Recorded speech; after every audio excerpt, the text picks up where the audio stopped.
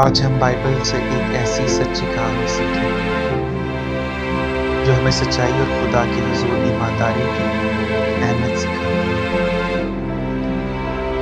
ابتدائی کلیسیا میں بہت سے ایماندار اپنی جائیدادیں بیچ کر بیگم رسولوں کے قدموں میں رکھتے ہیں تاکہ ضرورت مندوں کی مدد کی جا سکے۔ ایک شخص تھا جس کا نام حنانیہ تھا اور اس کی بیوی کا نام سفیرہ تھا۔ دونوں نے اپنی زمین بیچی، لیکن انہوں نے آپس میں مشورہ کر کے کچھ رقم اپنے پاس رکھی اور باقی رقم رسولوں کو دے کر ایسا ظاہر کیا جیسے یہ پوری کی گئی۔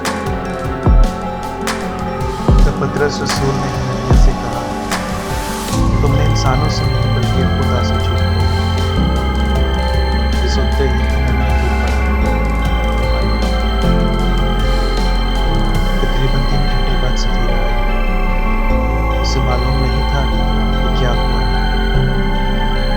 پطرس نے اس سے پوچھا کہ کیا زمین اتنی ہی قیمت میں بکی تھی؟ اس نے بھی وہی جھوٹ بولا۔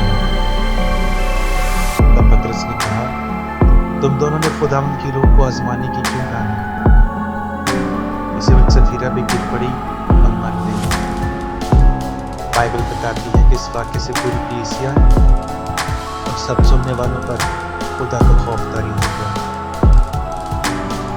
یہ کہانی ہمیں سکھاتی ہے کہ خدا سچائی کو پسند کرتا ہے اور ہمیں ہر حال میں ایماندار رہنا چاہیے، کیونکہ ہم انسانوں کے سامنے نہیں بلکہ خدا کے حضور میں جواب دیں۔